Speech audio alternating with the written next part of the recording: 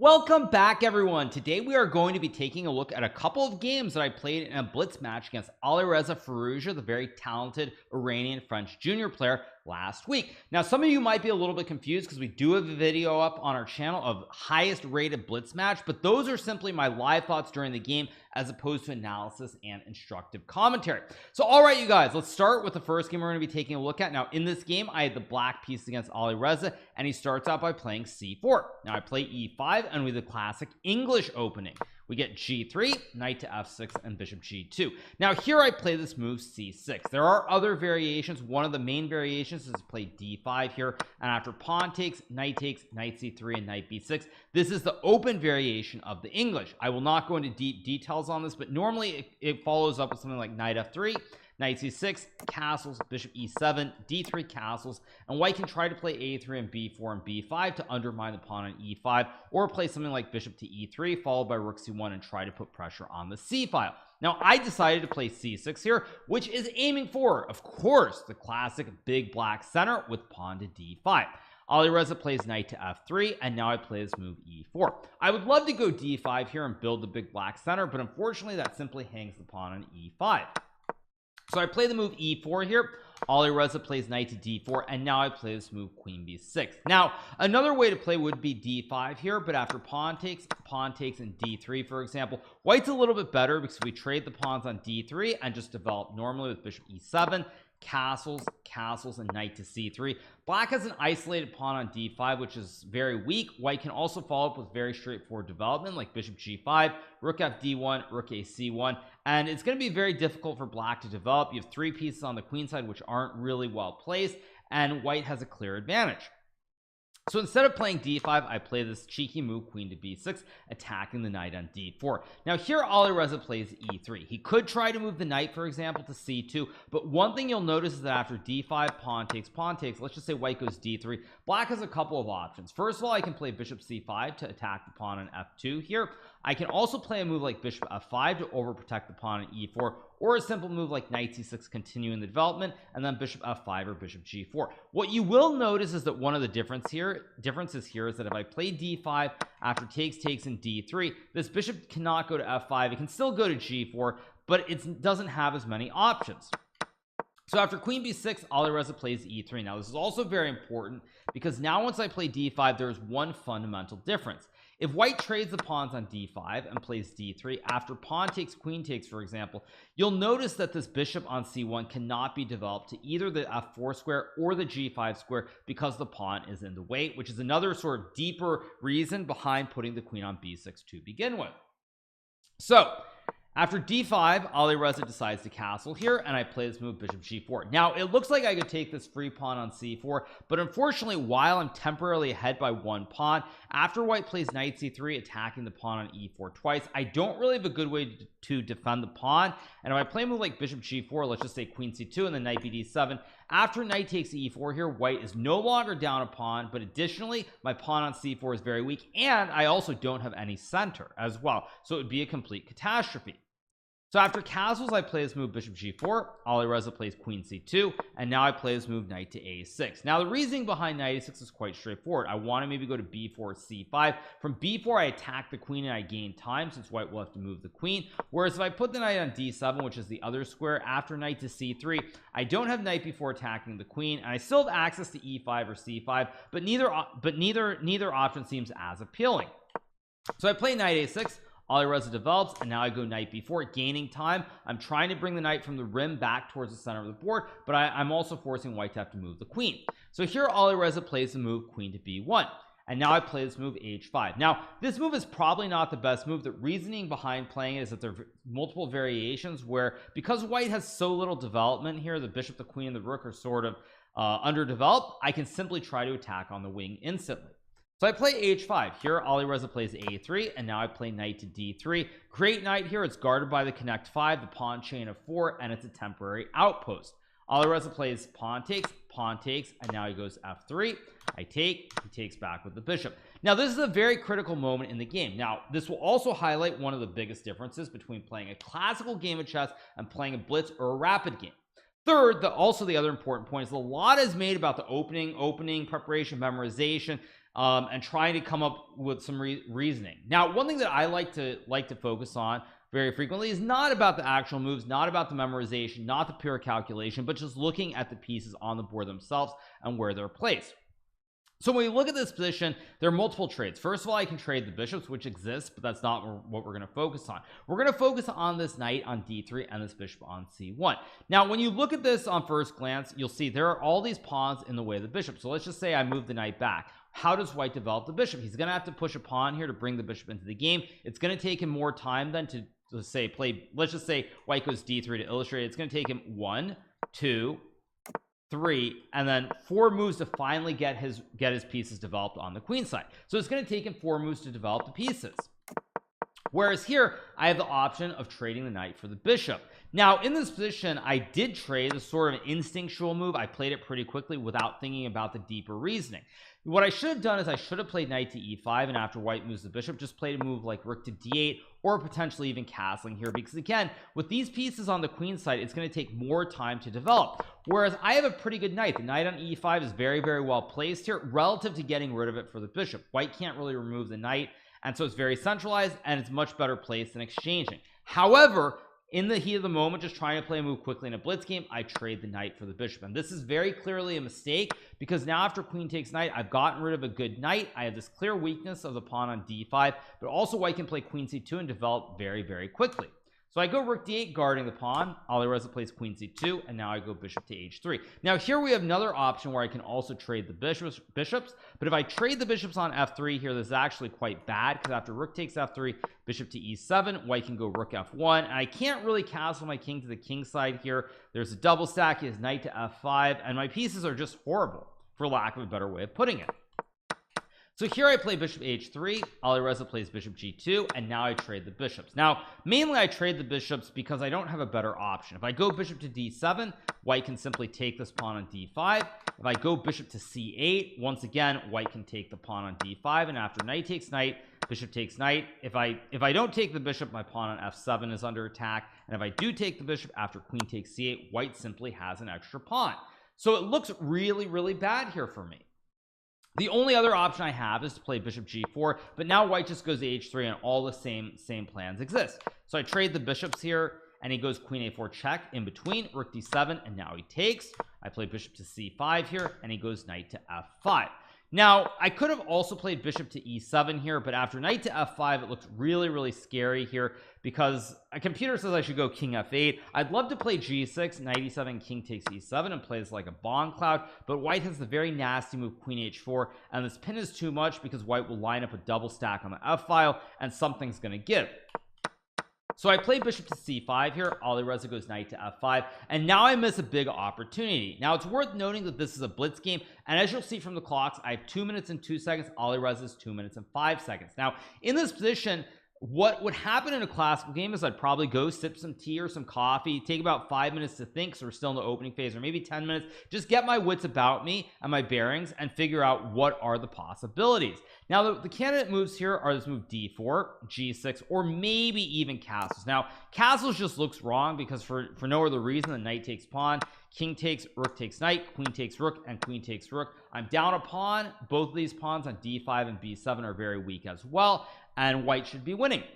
So I'd probably be like, okay, well, I can't castle here, so what are the other options? I can also play g6, which is a move, or I can play d4. Now g6 is what I played in the game, so we'll ignore it for the moment, but d4 is actually a very good move, because when you look at the position, you'll notice that this rook on d7 is not really well placed. It's guarding the pawn on d5, but it's not an active piece. But if I go d4 after pawn takes, bishop takes, I now have some serious threats. White can make a check. I go king d8, and let's just say white plays a random move like, I don't know, let's just say h3. I can now take on c3, and immediately I go rook d2 check, creating the classic XQC kebab. The king is in check, pawn on b2 is weak, and I've got this great rook that is really, really well placed. So my rook has gone from a very passive piece to an active piece in the course of 2 moves. Now again, This is also the difference in a blitz game. At this moment, I can either use 30 minutes to 45 seconds trying to figure out whether d4 works. Now, if I conclude that it does not work, I will spend 45 seconds. I'll be down to like a minute 15, minute 20, and probably I'm going to feel that pressure blunder and just lose the game, or I'm simply going to get pushed off the board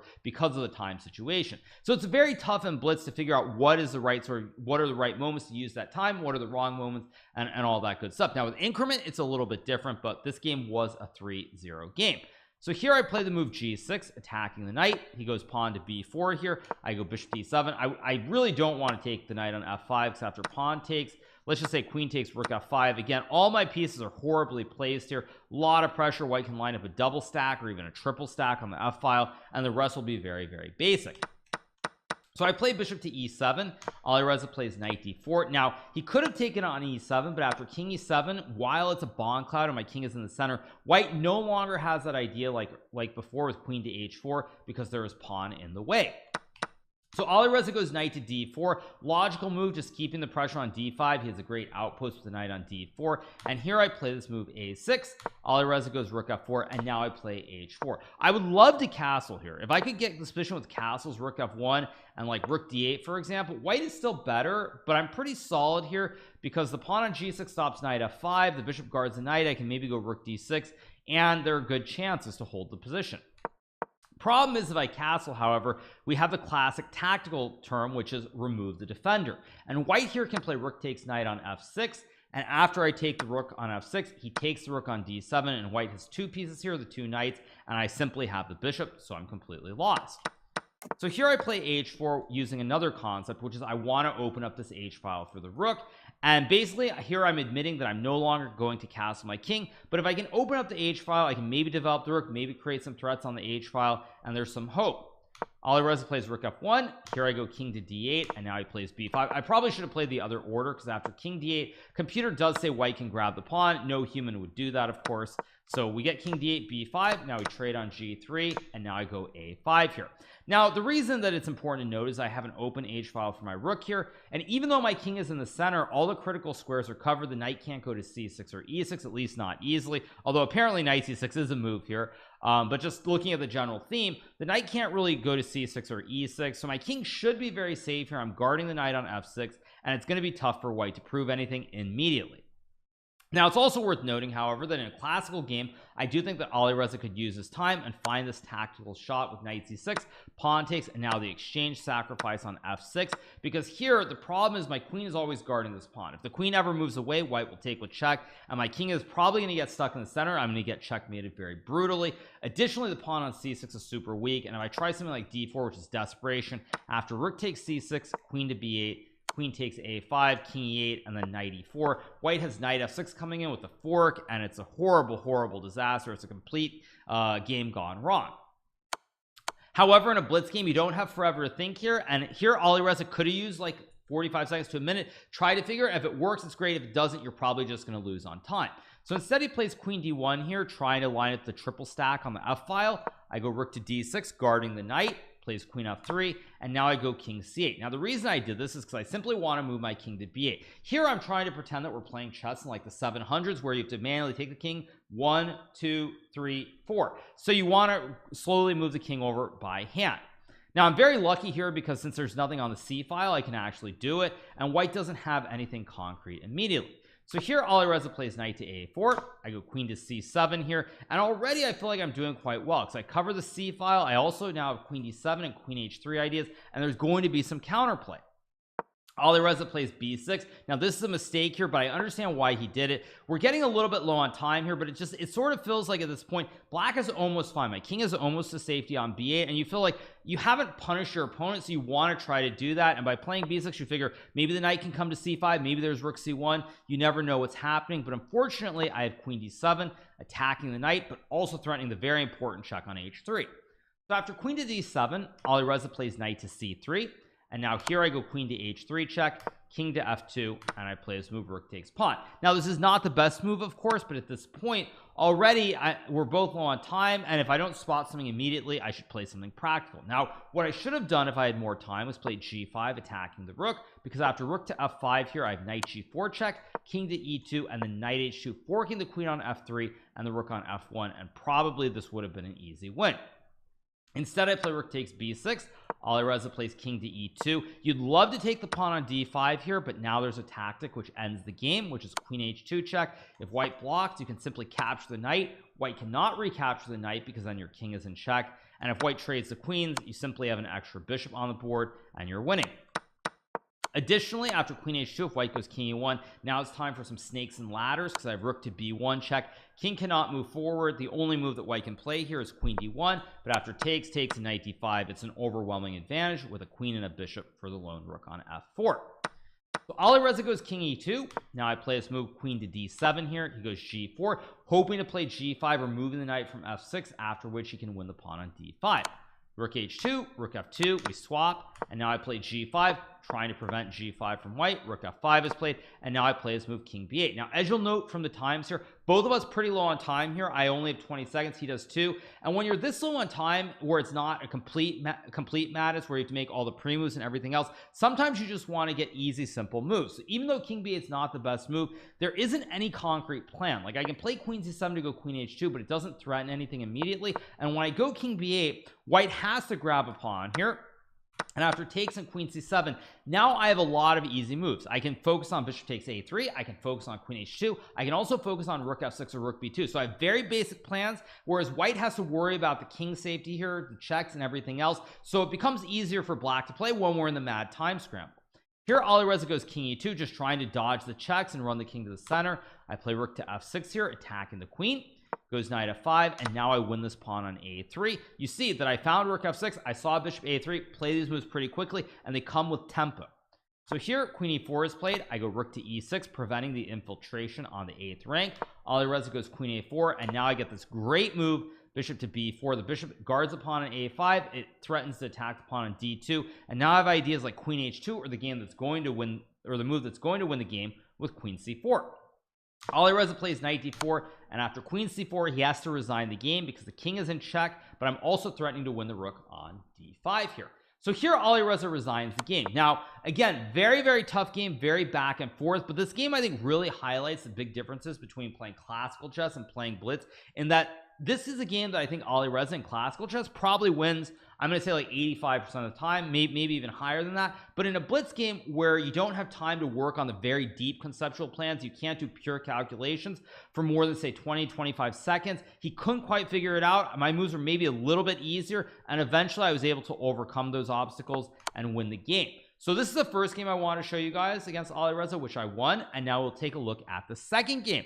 Now in the second game, I also had the black piece. Now one thing I do want to point out as we go over these games is someone might in the comments be rather snarky or trolling. They're like, well, you picked 2 games that you won. Of course you only pick games you won, not games that you lost. Now the reasoning behind that actually has nothing to do with the result. It's the fact that I felt that these were 2 of the most instructive games, whereas some of the other games which were draws or games that I lost were sort of dankish end games without queens on the board, and I don't feel like there's as much value when you're newer to the game of chess. Queenless middle games and queenless I would say like early end games without queens on the board are not going to occur that often in your games, so they're probably a lot less practical objectively.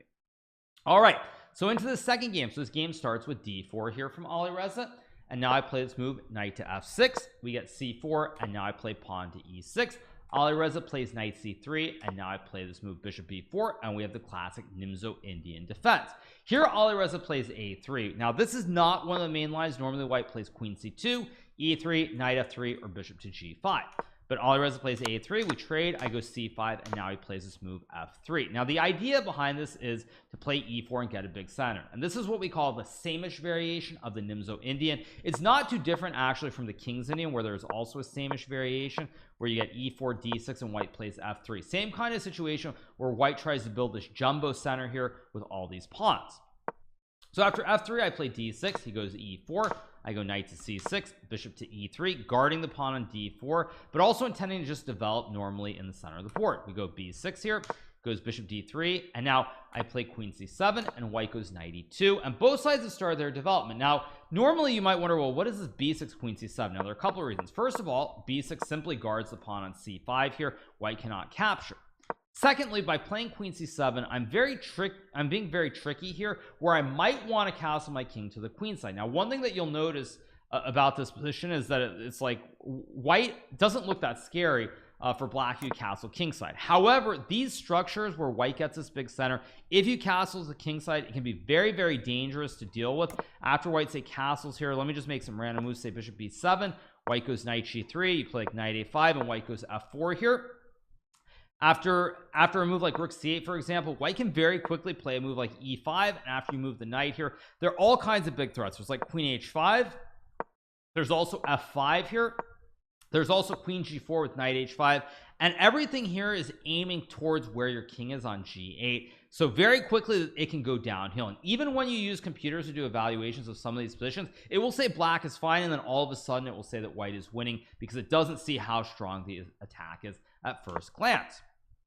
So after knight to e2, I play bishop b7, Alireza castles, and now I castle to the queen side. Now one thing that you'll note is because of white's pawn structure here with these pawns, it's very hard for white to attack on the queen side. Normally when you have opposite side castling, one of the most common things is to push a pawn on the edge down the board. So let's just say for black, a common theme here, ignore the fact that it doesn't work specifically, but a common theme here would be to say play g5, play something like h5 and then go g4, or to play like h4 and then h3 and g4. So it's very common that you push the pawns on the wings. Now for white here, you'll notice that white can try to push the pawn, but because you don't have a pawn on the b file, I can always play a move like a5 to shut it down, or I can play a move like knight a5 to stop it.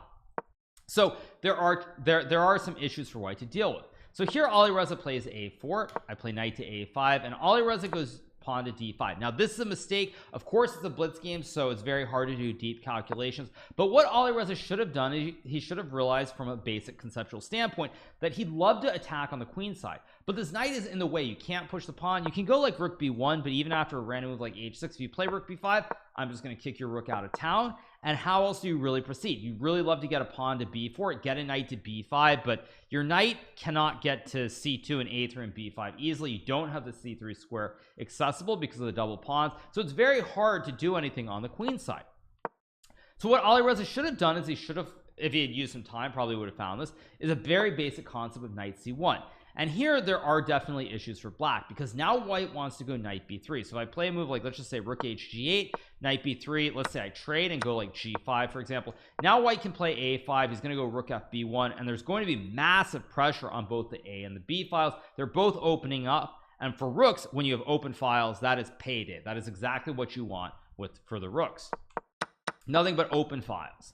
So knight c1 would have made more sense. Now here what I probably would have done is played something like king b8, and after knight b3 I probably would have traded and played a5 to shut it down. But still, after rook to b1 and king a7, rook f2 followed by rook b2, or even rook b2 lining up the triple stack, it's going to be tough for black to play. Black maybe is still okay after a move like e5, rook b1 and knight d7, but it feels very, very difficult to play. That being said, for white on the other hand, he has this very passive bishop on the light squares that can't do anything. If you could magically remove the c pawn to where the bishop could go to b5 or c4, it would almost be game over. But black is hanging on here with the knight on d7, and white can't really use the bishops very effectively. You'll notice that this diagonal from e3 to a7 is pretty clogged, pretty blockaded. This bishop on d3 isn't great. So even though the computer likes white here, black is doing reasonably well. Now I suspect what the computer wants white to do is play something like bishop f1 with a very deep idea of following it up with g3 and bishop to h3 to go after this knight on d7, which is the only piece guarding the pawn on b6.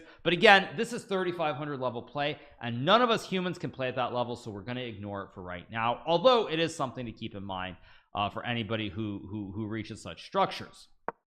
So here Alireza plays d5. Now this move is a mistake because it basically means there's no longer any tension on this diagonal from e3 to a7, but additionally it creates some space for my knight. If you look at this position, you'll notice that with these pawns on g2 to d5, my knight doesn't really have any squares. E4 pawn is overprotected by the bishop and the pawn, g4 is covered by the pawn on f3, d5 is also protected by multiple pawns, so the knight can't really do a whole lot. But after playing d5, I can now move my knight to d7 with the idea to go to e5 and put pressure on the pawn on c4, because now the pawn on d4 no longer covers that critical square. So after knight d7, Alireza plays knight f4. He again still probably should have played f4 here, or maybe bishop f4 to stop this knight e5 idea, but he goes knight f4 instead. I play rook d8, guarding the pawn on e6 because he was attacking it with both the knight and the pawn, and now I guard it with the rook and the pawn. Alireza plays rook b1. I go knight to e5, once again putting pressure on the pawn on c4. And you'll notice now that Alireza's knight has gone in the wrong direction. It's going over towards the king side, which is not where my king is, and more importantly, now my queen side is very, very secure because white simply has no way to attack over here, and meanwhile the pawn on c4 remains very weak. Alireza plays queen e2, guarding the pawn on c4. Now I play the move bishop to a6, and I'm attacking it with the two knights and the bishop. White is only guarding with queen and bishop, so here out of desperation, Alireza plays this move rook to b5. I take, he takes back with the a pawn, hoping that one day he can use the open a file. Now if you guys were watching the live stream or even the video that we have up on YouTube, you'll notice that around this one I'm like, okay, I'm winning, it's good, it's safe, I should just win this game. However, it's very important that whether it's in online or it's over the board or even slow games for that matter, you always need to remember not to relax. Whenever you think all the hard work is done, you relax. Almost immediately, that's when you make a blunder and you slip up. And true to form, that's exactly what happens to me here. I played g5, which is completely fine, but after knight to h5, I play this move queen to e7, overlooking a basic tactic. What I probably should have played was just traded the knight for the bishop and then gone queen e7 here. And eventually I'm going to play f5 and open up the e file. I'll have to figure out exactly when I'm going to do it, but I have no issues whatsoever here. And with the rook for the lone bishop on e3, eventually I should be able to convert the advantage. Instead I play queen e7 and I miss this tactic, bishop takes g5, and now the game gets very, very spicy because after queen g5 f4, first of all the f file is opening up here for white with this great rook on f1. Additionally, my knight on a5 is completely out of the game. So if we just set up some random position here, I'm just trying to set up a random position here just to illustrate it. My knight is really not in the game here, because you'll notice that if it goes to b3, for example, let's say h3, knight b3, knight still is no square. c1 and d2 are both covered. d4 is covered by the pawn on c3, so knight is going nowhere. The c4 pawn is pretty well protected, and I can't go to c6. And if I go to b7, well, you can go to d8, but again, the knight just does not have really all that many squares to go to, so I have to be very careful here. So I play queen g4.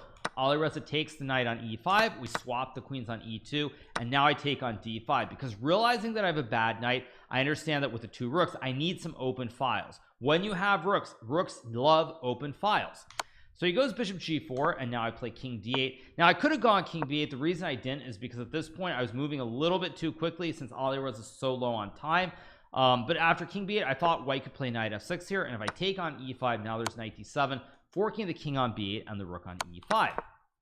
So I go to d8 because also I figure, well, here if white captures the pawn at f7, I can go rook to e7, and after we trade the rooks, now I'm completely winning. White has no infiltration on the 7th rank, and I should be able to win because something will happen here in the center of the board while the bishop on g4 and the knight on h5 feel a little bit misplaced. So Alireza plays e takes d6 here. I go pawn to f5. Now again, when I played this move, I was thinking very much about what the possibilities were. Initially I wanted to play rook takes e4, but I thought after rook takes e4 is this very weird move, rook takes f7, because after rook takes g4, white can play rook takes a7 here, and the idea is very simple. White wants to go rook to a8 check. Now if I go rook f8 here, for example, white can check. I can't go to e7 because of the pawn on d6, which prevents that. And if I move my rook to like g8, for example, I was actually during the game worried about something like knight f6, rook takes g2, and king f1. Now this doesn't actually work, but because Alireza was so low on time, I didn't want to allow tricks like this where white is threatening a mate in 1 with rook to a8 check. However, this is winning because I can go check, king to e2, rook g2, and if white goes king to f3, I can play rook f1, king g2, and rook takes f6, and now the knight will get into the game very, very quickly here, and the rest will be very basic. And if white tries to go like king d3, for example, I can go rook d1, king e3, knight takes c4 check, king f3, and again I have rook f1 and rook takes f6. So this is winning, but because Alireza was relatively low on time and I wasn't 100% sure, I played this move f5. Now the reasoning behind playing f5 is that now if white takes with either the bishop or with the pawn like in the game, the f file is closed. The rook is no longer on an open file, so it's nowhere near as powerful. So what Alireza should have done here is actually taken with the bishop, because after I play knight takes c4, white can use the other open file, which is to play rook a1, going after the pawn on a7, and probably I have to take, and after rook takes a7, knight takes f5, e takes f5, I have to play something like rook f8, and once white gets g4, he has a 3-on-1 on the queen side, on the king side. He can also go knight f4, knight e6, or knight f4 takes d5, and the computer already assesses this as completely equal. Of course, completely equal. However, Alireza low on time here. He makes a mistake. He takes with the pawn, and even though white gets an advance past pawn, it's too little too late, because after knight takes c4 here, now if white tries to go rook a1 and use the open file, I can take on d6, and after rook takes a7, I can simply eat the pawn on b5, because there's no d7 square available with the pawn in the way of the bishop. Alireza plays f6 here, and now I play knight to e3. It's important to note here that this isn't the best move, but my thought process was not about deep calculations, because with Alireza having 20 seconds, if I use 20-30 seconds here, he's also going to be calculating all my time, and he'll probably find the best line. So I played knight e3. Now knight takes d6 is the best move, but I figured that after knight to e3 here, I'm forking the rook and the bishop, and if I can just trade this knight for either the bishop or the rook, white will not have enough material on the board to survive. Surprisingly, however, here after f7 rook e8, white can now play this amazing move rook to e1, attacking the knight, and after knight takes bishop, white can go rook e7 with the idea of rook to a7 here, or even knight g7, knight e6, and the computer thinks king c8 is the best move, and after knight to f4, it wants to play knight e5, knight to e6, rook takes f7, d7 check, knight takes d7, rook takes f7. It thinks after rook e8, black is a little bit better because black is an extra pawn, but the game goes on, and I don't think white should lose here.